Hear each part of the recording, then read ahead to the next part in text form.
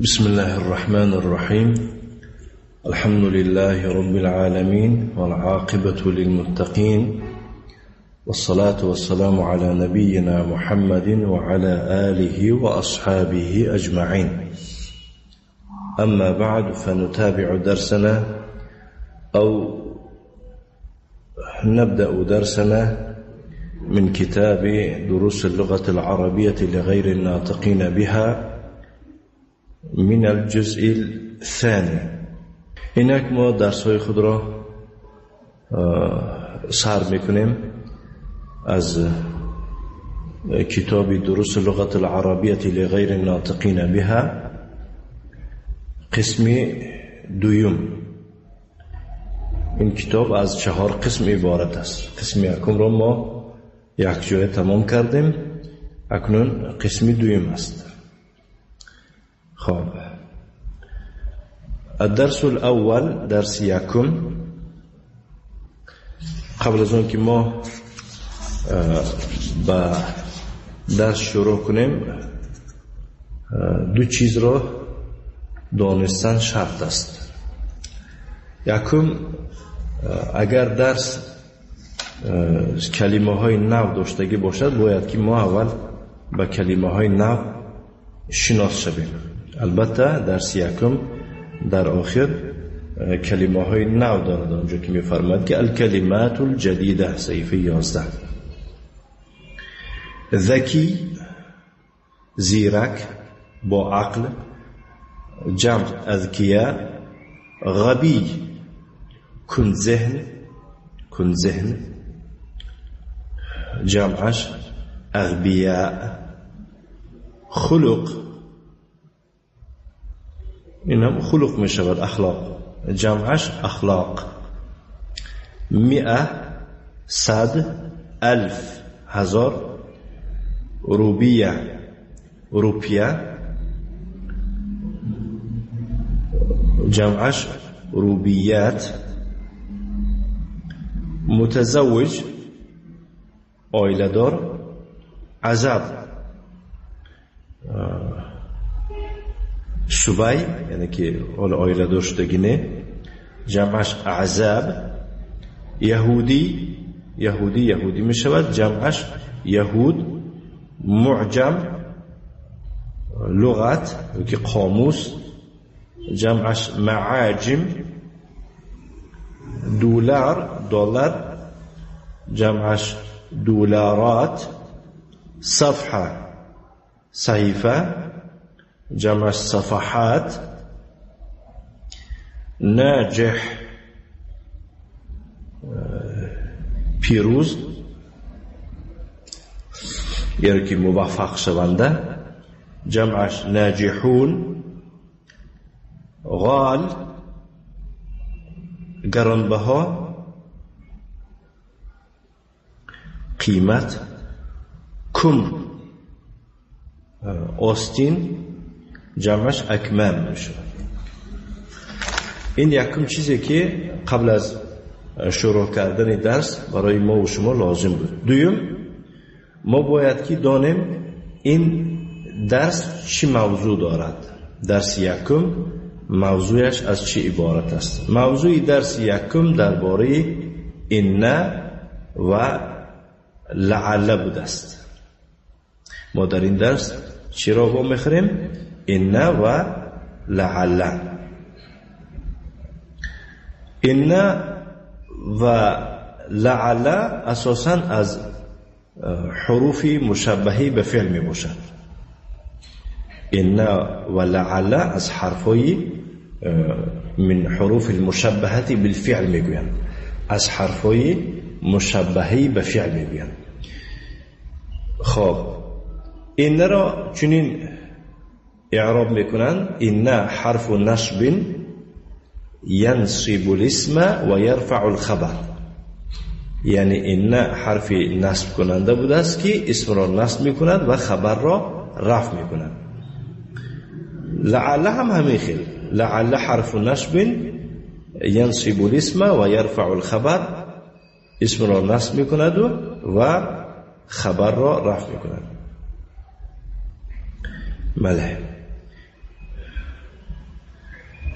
حرفای مشبهه به فعل کدام ها می باشند؟ ان، ان، کأن، لکن، لیت، لعل. 6 تا ناصب اسمند و رافع اندر خبر، یعنی در سر مبتدا خبر داخل می شوند اینها و مبتدا را برای خود اسم گرفته نصب می کنند و خبر را برای خود خبر گرفته رفع می کنند.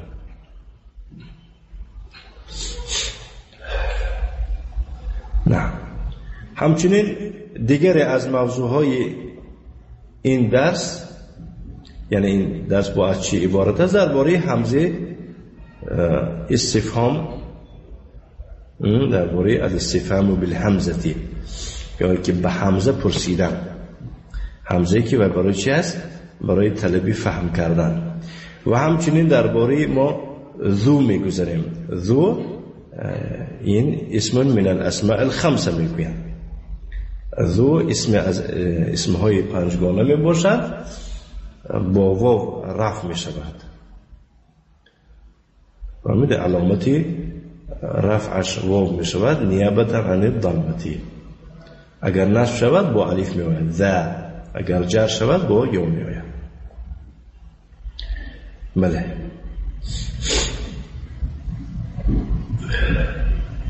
الدرس الأول. هاشم: السلام عليكم ورحمة الله وبركاته. هاشم سلام میدهد. المدرس: وعليكم السلام ورحمة الله وبركاته. مدرس جواب ده. هاشم میپرسد: كيف حالك يا أستاذ؟ لعلك بخير. احوال شما چی خیلی است ای استاد؟ امیدوار هستم که خوب هستی. که خوب هستی. در اینجا یک چیز خاطر رسان کردنی هستم که وقتی بعد از لعله بینید که یک سخنی خوب می آید، یک سخنی می آید که انسان ناراحت نمی کند، بعد لعله به معنای چی میشه؟ به معنای امیدوار می شود. من امیدوار هستم که شما خوب هستید یا که تو خوب هستید. اگر بعد از لعله یک چیز آید که همون چیز ناراحت میکردنی باشد، بعد معناش چی میشود؟ معناش میترسم میشود. فهمیدید؟ یکمش للترجی میگویم، دویمش للتوقع میگویم. المدرس یقول الحمد لله. مدرس در جواب میفرماید که شکر الله. و کیف حالک انت یا هاشم؟ و احوال خودی تو چطور است ای هاشم؟ انا احبك كثيرا یا هاشم. ای هاشم من تو را بسیار دوست می‌دارم. انك طالب ذکی و مجتهد و ذو خلق. در حقیقت تو دانشجوی زیرک، یعنی با عقل و کوشش کننده و صاحب اخلاق هستی، یعنی اخلاقمندی. در اینجا این حرفی است از حرفای مشبهه به فعل، یا که حرفای نصب کننده است که ضمیر چی اسمش می شود؟ طالبون خبرش می شود. طالبون منعوت و ذکیون چی نعت می شود. امین پاکستان انت ام من الهند یا هاشم؟ ای هاشم تو از پاکستان هستی یا که از هندوستان؟ هاشم یقول اینی من الهند. هر آینه من از هندوستانم. یا در اینجا اسم این شده است من الهندی جار و مجرور، خبر غیر مفرد برای این شده است. المدرس یقول و زمیلک الذي خرج معك الآن من الفصل اهو ایضا من الهند؟ و رفیق تو یا که همسنف تو که حالا همراه تو از صنف برآمد، آیا او نیز از هندوستان است؟ هاشم می‌فرماید که لا انه من پاکستان. نه، هر آینه او از پاکستان است. در اینجا هو اسم این شده است من پاکستان، من حرف من حروف الجره. پاکستان مجرور بمن و علامت جره الفتحه نیابه عن الكسره لانه اسم غیر منصرف، خبر غیر مفرد. هر جا که بینید که خبر از جار و مجرور تشکیل شدگی باشد یا که ظرف باشد خبر نامش میگن که خبر غیر مفرد. المدرس يقول إن ساعتك جميلة يا هاشم أمن اليابان هي. هر این ساعتی تو زیبا است ای هاشم. آیا وی از ژاپن است؟ هاشم میفرماد که لا انها من الهند. نه، هر این وی یعنی همون ساعت از هندوستان است. ها اسم این است و من الهند جار مجرور خبری این است غیر مفرد. المدرس يقول اغالیه هي ام رخیصه. آیا وی گرانبهاست یا ارزان است؟ انها رخیصه جدا. هر آینه وی بینهایت ارزان است، یعنی بی حد ارزان است. انها بمئة روبیه فقط. هر آینه او فقط 100 روپیه است و بس. کم اخ لک یا هاشم. ای هاشم چند تا برادر داری؟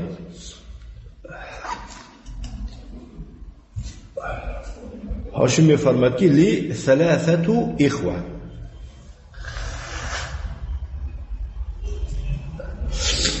هر آینه من لی 3 اخوه، من 3 تا برادر دارم. فهمیده؟ اگر پرسن که برای چی 3 زنانه شد، چون که صحبت درباره مردان رفتی شده است، میگه که عدد از 3 تا 10 عکسی چی میشود؟ معدود میشود در مذکری و مؤنثه. فهمیدید؟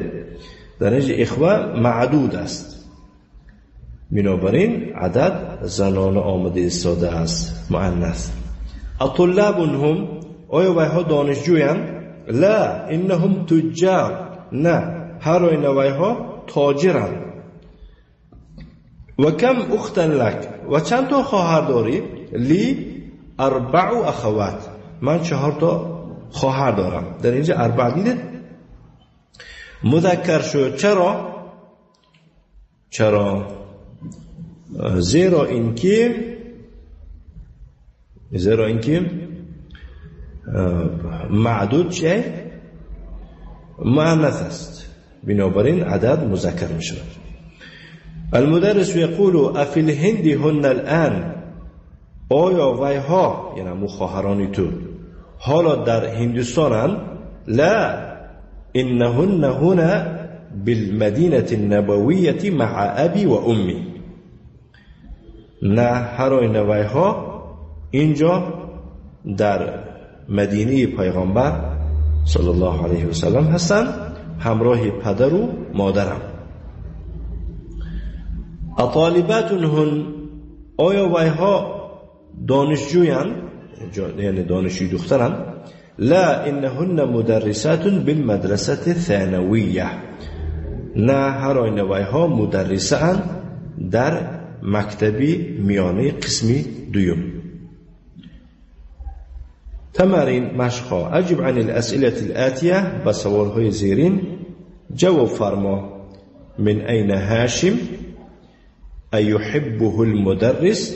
باید که این جواب ها را با زبان عربی شروع کرده اول نویسید، بعد ازبر کنید. من این هاشم از هندوستان باشد میگید که هو من الهند. از پاکستان باشد هو من پاکستان. ایحبه المدرس. آیا مدرس وی را دوست می‌دارد؟ اگر واقعا دوست می‌داشته باشد باید شما در جواب فرمایید که نعم یحبه کثیرا، یا که لا یحبه. هر چی که در متن گذاشتیم در اساس همون جواب بدید. من این ساعت بکم هی کم اخا له کم اختا له این اخواته. این سوالهایی که میباشن شفوی میباشن. سوال رو من میتونم جواب میتونم. مشق دوم. ضع هذه العلامة امام الجمل الصحيحة وهذه العلامة امام الجمل التي ليست صحيحة. این علامت را یعنی علامت درست را در پیش جمله های درست گذار و این علامت نادرست را یعنی ایکس مانند در پیش جمله های من که همون جمله ها درست نباشند. مثلا هاشم طالب کسلان، هاشم دانشجوی تنبل است، دنگاسه است. اگر واقعا همین خیل باشد علامتی درست میماند. اگر واقعا این خیل نباشد علامتی چه نادرست میماند، یعنی که جمله نادرست آمده است، ایکس میماند. یا که اگر من شفوی پرسیدنی باشم، وقتی که من گفتم که هاشم، یا که خودتون خواندید هاشم طالب کسلان، میگید که نعم یا که لا، و هکذا تا آخر خودتون میخوانید چی گفته است. مشق سوم، تأمل ما یلی، اون چی که در پایان می آید اندیشه کن. بهترین درس است که شما اندیشه و تفکر میکنید. فهمیدید؟ هم تو خوانده رفتن یکون فایده نمیبخشد تا شما درس را چی اندیشه و تفکر نکنید. این جمعی هو اینه، این چی گفتنی؟ یعنی مشق سه ما و شما را فهمانده ایستاده است که داخل شدن این یا که دخول این علی الضمائر. فهمیده؟ دخول این علی الضمائر. موضوع مشق سه درباره چی بوده است؟ داخل شدن این در سری ضمیرها. مثلا این جمعی یا که بگیم یک جایه با هو، این هو نمیگویم، چون که هو هی انت انتی انا، یا که هم هن انتم انتن، نه، اینها ضمیرهای چند؟ بله، هو هم هی هن انت انتم انتی انتن انا نحن، همین ها رو گفتنی هستن. اینها ضمیرهای منفصل هستند. فهمیده؟ در سری ضمیرهای منفصل این داخل نمی شود. اگر داخل کردن شود این ضمیرها رو باید که شما متصل کنید، بعد از آن ممکن است این داخل شود. مثلا این هو درستش می شود اینهو، هر آینه او، یا که هر آینه وی. انهم انهم، ان هي انها، انهن انهن، ان انت انك، ان انتم انكم، ان انت انك، ان انتن انكن، ان انا انني یا که اینی. دو طرز خوانده می شود. ان نحن اننا یا که اینا. فهمیده ده انشاءالله. مهم موضوعی همین مشق سیر دانید که از چی گفتنی. فهمیده؟ اکنون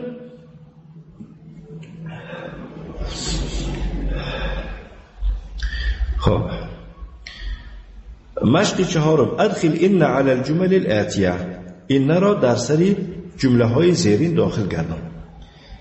عیناً همون مشق سه، فقط اکنون از خودی شما طلب میکند که مادام که مشق سه برای شما فهمو باشد، در سری ضمیرها وقتی که این داخل میشود چگونه پیوست میشود، این دانستگی باشه. اکنون جمله های پایان که تحت مشق چهارم آمدگی هستند با ضمیر آغاز می شود. هو تاجر، انه تاجر، اینو همش مبتدا خبر هستند. فهمیده؟ انا طالب، چی میگیم؟ اینی طالب یا که ایننی طالب. فهمیده ده؟ تا آخر انشاءالله میخوانید.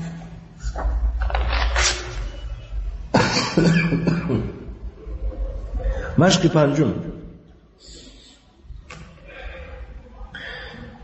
اقرأ الامثله الاتیه، مثال های زیرین را بخوان.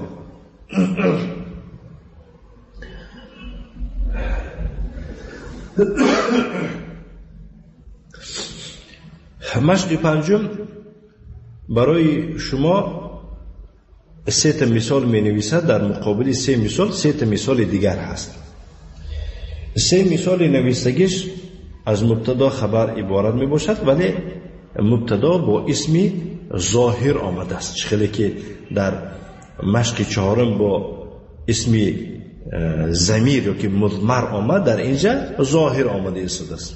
ضمیر نو ظاهر. المدرس جدید، وقتی که در سر مبتدا خبر این داخل می شود، ما گفتیم که مبتدا اسم این شده نصب می شود و خبر این شده رفع می شود. این المدرس جدید، در اینجا المدرس منصوب بإن وعلامة نصبه الفتحة الظاهرة على آخره. جديد خبر إن مرفوعا وعلامة رفعه الضمة الظاهرة. فاطمة طبيبة، إن فاطمة طبيبة. حامد متزوج، إن حامدا متزوج. مشق ششم، أدخل إن على الجمل الآتية واضبط أواخر الكلمات. یعنی این را در سر جمله های زیرین داخل گردان و آخر کلمه ها را حرکت گذاری کن.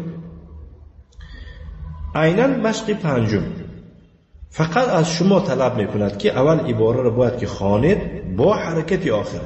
الدرس صعب، این داخل شود چی میشه؟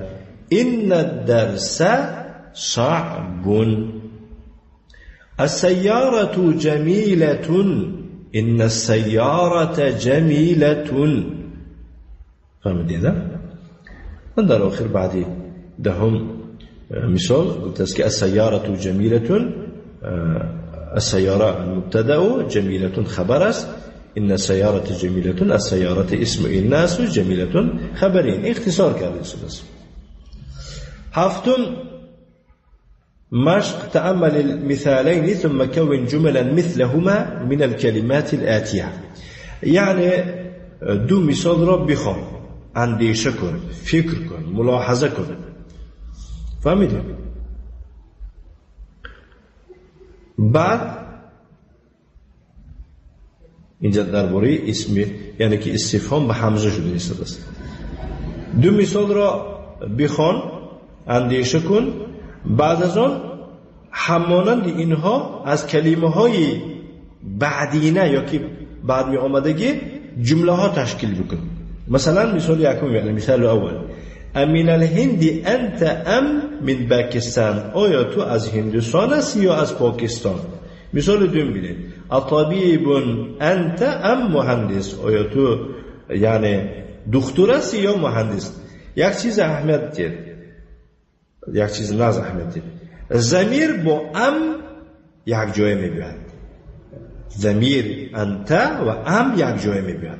استفهام در سر کلمه میبیاد. مثلا بینید که انت مجتهد کسلا، یعنی استفهام به حمزه در سر کلمه می آید. فهمیدید نه؟ خب مجتهد انت، مجتهد انت ام کسلا. از خاطر نبرد، باید که استفهام به حمزه در سر کلمه می آید و یک چیز جای نازکش گفته شده و انت با ام یک جای می آید. امجتهدون انت ام کسلان. اکنون هی الصین الیابان.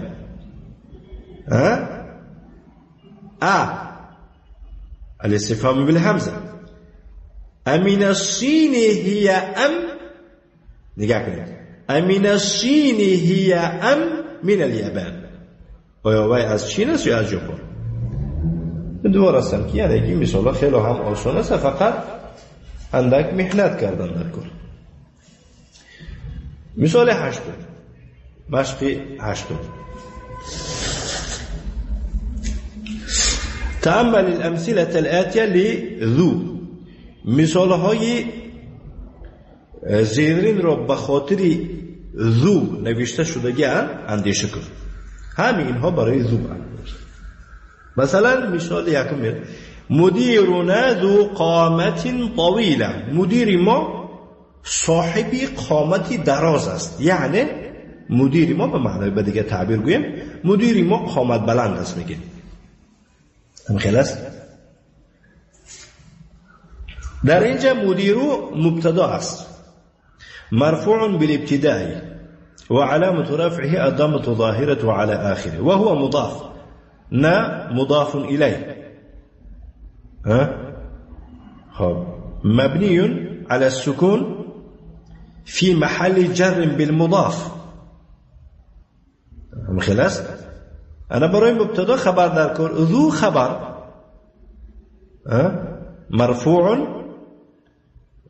مرفوع وعلامة رفعه الواو نیابتا عن الضمه. برای چی؟ بجای زعما واو اومده است میگه که لانه من الاسماء الخمسه. ما گفتیم که ذو اسم من الاسماء الخمسه مرفوع میشود بالواو منصوب بالالف و مجرور بالیاء میشود. از یاد نبرد. وهو مضاف قامة مضاف إليه قامة منعوت طويلة نعت. أنا من ناس إعرابش. هذا الدفتر ذو ورق مسطر. این دفتر صاحبی ورقی سطردار است. ما اصلا نمیگه پر در زبانی ادبی خود ما، یعنی این دفتری چی سطردار است یا که دارای سطر است. احمد طالب ذو علم و خلق. احمد دانشجوی صاحب علم و صاحب اخلاق است. بارك الله فيكم. چهارم هذا القميص ذو كم قصير و ذاك ذو كم طويل. این پیراهن این کرته آستین کوتاه است و آن آستین دراز است. نمیدونم شما ما آستین میگن. پنجم المسجد الذي في حينا ذو منارة واحدة. مسجدی که در محله ما است. حی گفتم محله رو میگن. مسجدی که در محله ما است دارای یک تا مناره است که این مناره ها در یگانجا در کارم نیستن. این مناره و گنبز اینا را ترکا تشکیل کردن. نهم اقرأ الامثلة ثم حول الجمل الآتية مثلها. یعنی مثال های را بخوان بعد از آن جمله های می آمدگی را همانند همون مثال ها چیکار کن قرار بده، تشکیل بکن، راست کن، برگردان. هذا الطالب ذو خلق. این دانشجوی اخلاقمند است. اگر جمع شود چی میشه؟ هؤلاء الطلاب ذو خلق. این دانشجویان اخلاقمندند. هذه الطالبة ذات خلق. این دانشجوی دختر اخلاقمند است. ذاتش. هؤلاء الطالبات ذوات خلق. الحمد لله.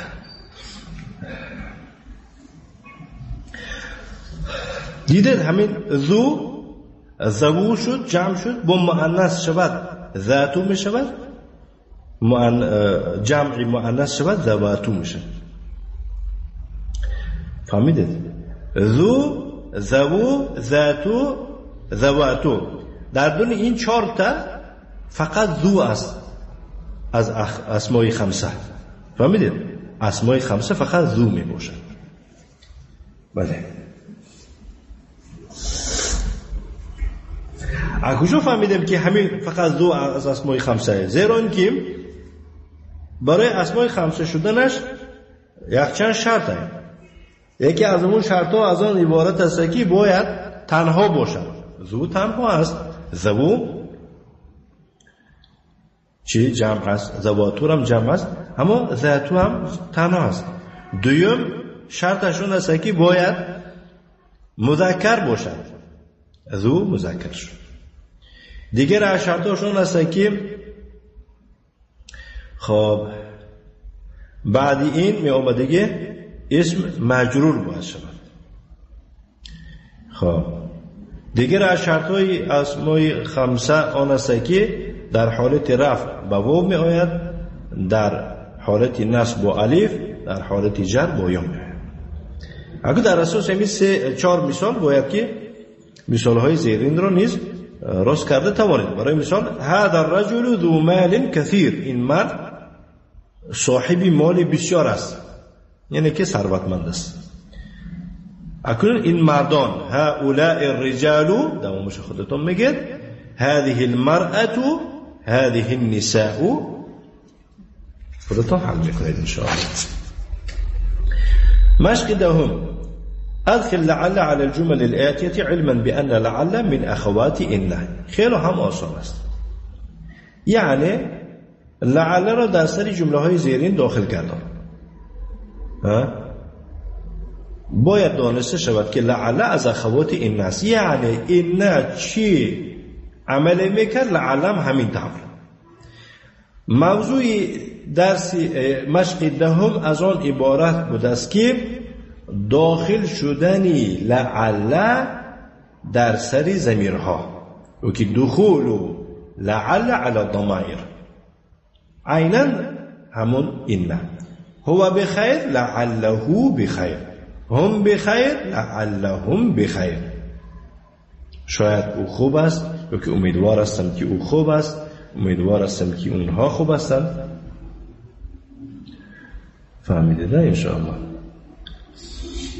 و در آخر اگر اهمیت دادگی باشد، مشق 11 و 12 و ضمیرم نآورده است. معلوم میشه که یعنی همین مشق دهم دخول لعل علی الضمائر و چی میشه با و علی الاسماء الظاهره، چونکه همون المدیر اسم ظاهر است. لعل المدیر فی غرفته، لعل الاختبار سهل. همین طور میشه ان شاء الله.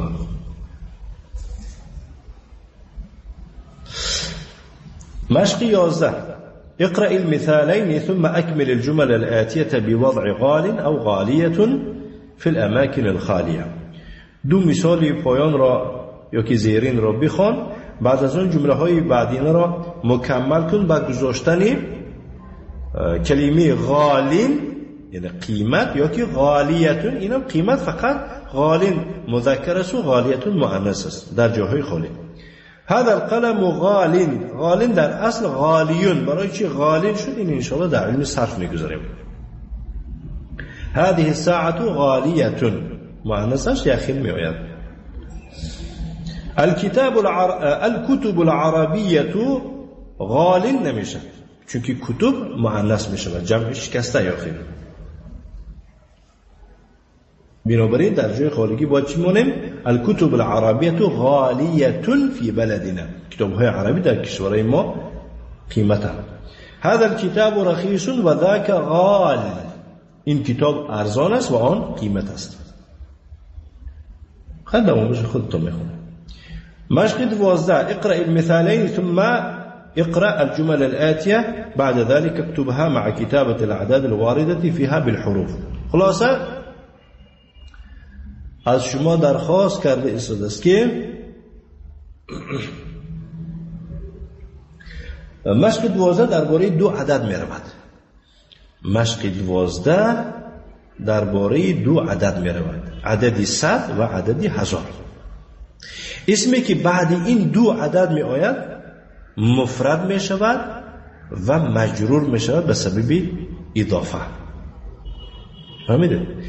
و یک چیز از خاطر نبرارید که با مذکر و با مؤنث این دو لفظ دیگرگون نمی شود.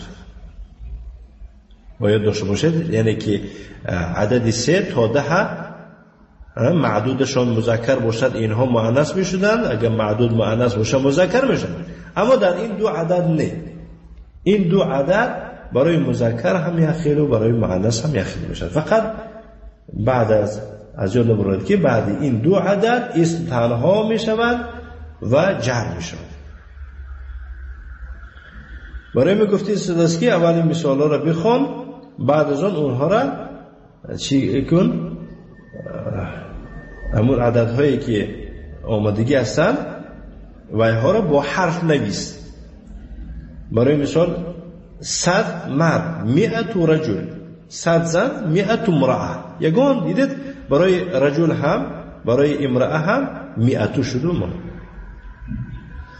هزار هم میخیل الف رجل الف امرأه هزار مرد و هزار زن هذا التلفاز ب1000 ريال این تلویزیون چه چند پیسه است 1000 ریال است عندي 1000 دلار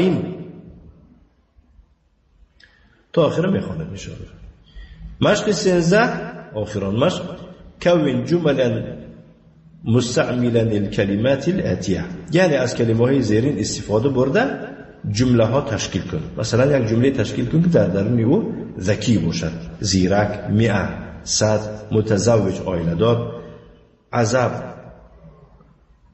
یعنی بویداق صبی خلق اخلاق دلار غال قیمت کلمه های نبا گذاشتیم به همین یعنی درس یک رو از کتاب دروس اللغة العربية لغير الناطقين بها من الجزء الثاني بآخر رسولنا وصلى اللهم وسلم على نبينا محمد وعلى آله وأصحابه وسلم تسليما مزيدا وجزاكم الله خيرا وبارك الله فيكم